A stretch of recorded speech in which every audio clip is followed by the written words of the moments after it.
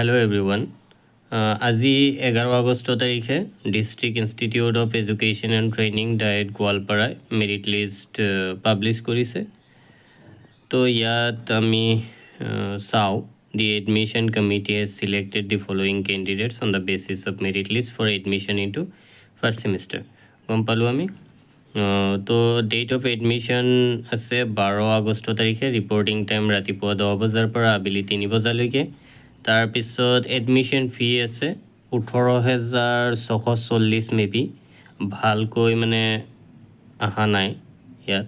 আদাৰ then science as method তাৰপিছত 19,340 টকা। If a candidate opt for science as method subject has to be paid in each through bank।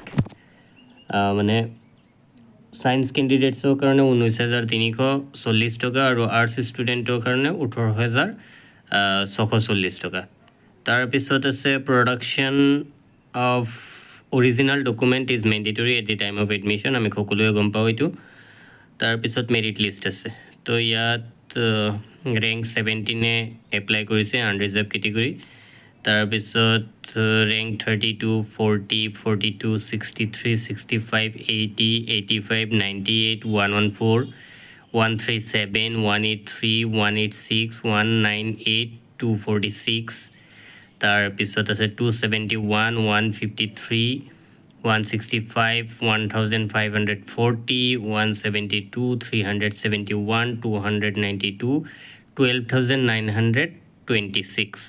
তো এইখিনি গোটেইখিনি একেবাৰে মেৰিট লিষ্ট ওলাইছে। যদি চাগে মানে বেকেণ্ট হ'লে চাগে নতুন এটা লিষ্ট ওলাব। তো এইখিনি আৰু 23টা চিলেক্ট কৰিছে, বাকীখিনি চাগে ডিপুটেড আছে। তো thank you so' much for ৱাচিং। আৰু এই ধৰণৰ ভিডিঅ' পাই থাকিবলৈ চেনেলটো ছাবস্ক্ৰাইব কৰি ৰাখিব। আৰু ইতিমধ্যে ডায়েট বিশ্বনাথৰো পাব্লিছড হ'ল মেৰিট লিষ্ট। চ' সেইটো আপোনালোকে মোৰ চেনেলত পাই যাব, চেক কৰি ল'ব। Thank U.